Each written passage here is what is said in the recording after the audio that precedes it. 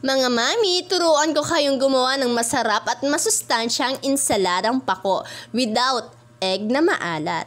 Ito nga pala mga ingredient, mga kamami. Siyempre, gagamit tayo dyan ng fresh na pako at kamatis. At syempre, isang sibuyas. At syempre, hahalbusan muna natin ang pako. Syempre, wag natin siyang i-overcook para medyo crunchy siya habang inunguya. At pagkatapos nga pala natin siyang halbusan, set aside muna natin siya. At maggagayat muna tayo ng mga ingredient. Guys, maglalagay tayo dito ng... Dito natin hahaluin lahat ng mga ingredient. Siyempre, una muna natin gagawin is magagayat muna tayo ng sibuyas. Isang sibuyas na maliit lang ang gamit ko kasi konti lang talaga yung ginawa ko, yung pambaon lang ng asawa ko.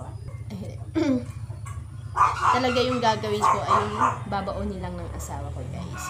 Dahil siya kasi ngayon, bawal siyang may magkakain ng kanin, kaya gulay lang sa kayo. Pwede ko nga ng kanin, pero konti lang. Pero mas naisip ko kasi mas healthy to. Kaya sabi ko ito na yung kainin niya mamayang lunch. Gagayatin lang natin to ng maliliit.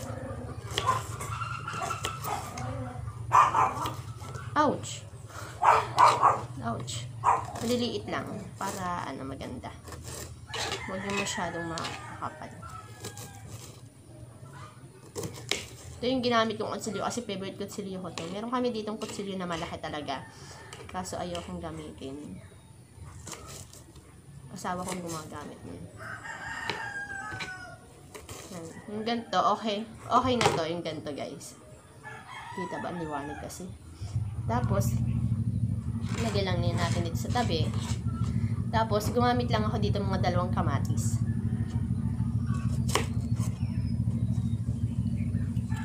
Tanggalan ko na siya ng buto. Hiwain lang natin siya ng maliliit. Bali, ito lang yung ingredient niya. Wala siyang, itlog na pula kasi pinagbabawal sa kanya ng doktor yung maalat. Kaya hindi ko na siya nilagyan ng itlog na pula. Pero pwede naman siya. Kung kayo sakaling gagawa ng ganitong insaladang pako, pwede po siyang walang itlog na pula. Medyo dinamihan ko na din itong kamatis. Mas kasi may sustansya din naman ito. Gayatin lang natin siya ulit ng maliliit din, kagaya ng sibuyas. First time niyang kumain ng ganito. Ewan ko kung first time, pero alam ko hindi pa siya nakakain ng ganito. Pero kailangan niya kumain kasi yun ang recommended ng doktor sa kanya. Ay. O nga pala, pag ahalbusan nyo guys yung pako, wag nyo masyadong ibababad siya doon sa kumukulong tubig. Pwede mo siyang saglit lang. Basta mahalbusan lang siya. Kasi baka maluto na maluto. Di na siya crunchy. Masarap siya sa ensalada. Ensaladang pako is crunchy. Yan. Tapos na tayo maggayat. Maglagay naman tayo ng suka. Ito yung suka. Tansyahin na lang natin kung gaano karami yung iyong pako. Bali, gusto ng asawa ko, medyo mahilig sa maanghang yung asawa ko. Lalagyan natin siya ng suka na may sili, yung ginawa niya. Ito. Yan. Pero konti lang. Kasi sobrang anghang ng sili na to. Hilig kasi siya sa sili, sa maanghang. Kung may sumama pa isang sili. Yan, mga isang kutsara lang. Yan. Tapos, lagyan natin siya ng, hindi na ako maglalagay ng bitchin kasi bawal din sa kanya. Maglalagay ako dito ng asin. Asin muna. Kunti lang kasi bawal nga yung maalat sa kanya. Siyempre, lagyan din natin siya ng konting sugar, timbang ng lasa. Konti lang. Ay, nagkalat pa! Naglag. Okay, haluin lang natin siya. Hanggang sa matunaw yung Pwedeng tikman natin siya kung tama na yung lasa.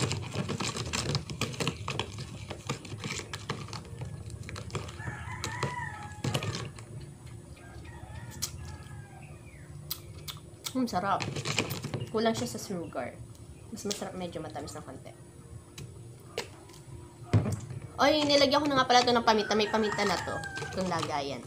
Lagyan natin din siya ng konting paminta. Okay. Yan, ito na yung kamatis. Bali, tunawin natin siya ha. Tunawin na tunawin. Kailangan tunong-tunong yung asin, yung asukal. Haggardness pa ako. Guys, kasi naman, bagong gising ako, nagawa lang talaga ako nitong pambaon ng asawa ko pang almusal. Okay yan. Ganun natin. Ang sarap. Taktak na natin dito yung ito. Itong pako na hinalmusan natin. Napasahan mo pang sitaw. May sitaw dito. Yan. Gamitan na natin siya ng kamay. Kasi malinis naman yung kamay ko. Para mag-ano siya. Naghugas po akong kamay yan. Bago ko gawin ito. Kasi para mag-ano yung sibuyas. Ay, ito pala. Mutikan ko nung kalimutan. Sibuyas. Saka yung kamatis. Haluin lang natin siya. Bago natin ilagay yung ating ginawang sauce. Simple lang to. Healthy talaga to. Napaka-healthy ng pagkain na to. Super healthy. Lalo na sa may mga hypertension. Pwede po ito. Ay, ang bango. Sarap. Okay. Nilamas-lamas ko na to, guys. Pero, don't worry. Malinis yung kamay ko. Then, itaktak na natin itong ginawa nating sauce. Pero, medyo naparami yung sauce ko.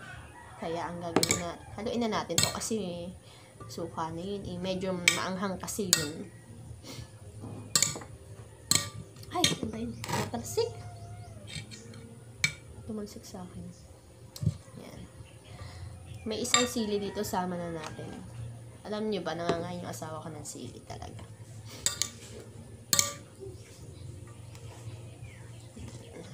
Okay na to. Medyo may konti pa ako dito. Hindi ko na ilalahat kasi baka makaasim.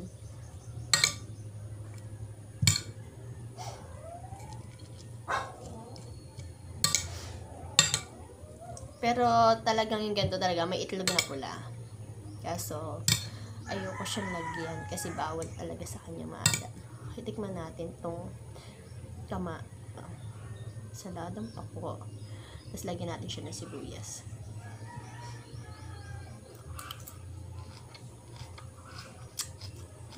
Sarap. Oh, kulang siya. Suka ko yun yan. Total mahilig naman sa suka yung asawa ko.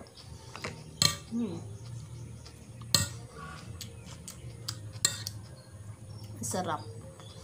Super crunchy nung kamatis.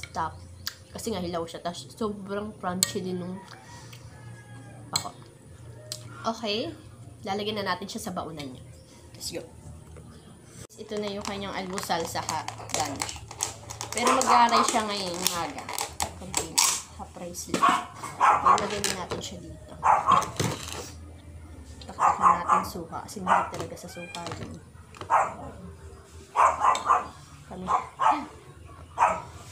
Pero kung kasya naman siya dito sa lalagyan, hindi na siya iba na yung kakain. Hindi na siya makakatikim nito ngayon.